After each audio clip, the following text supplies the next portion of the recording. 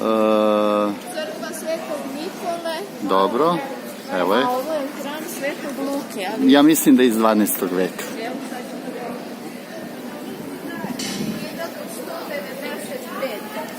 1195. Evo. Serbian Ortodoks. Evo, hram Svetog Luke, 1195.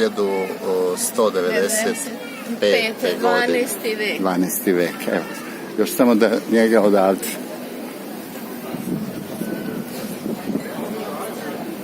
To je ipak ta crkva iz 4. pokušaja ili 3. pokušaja.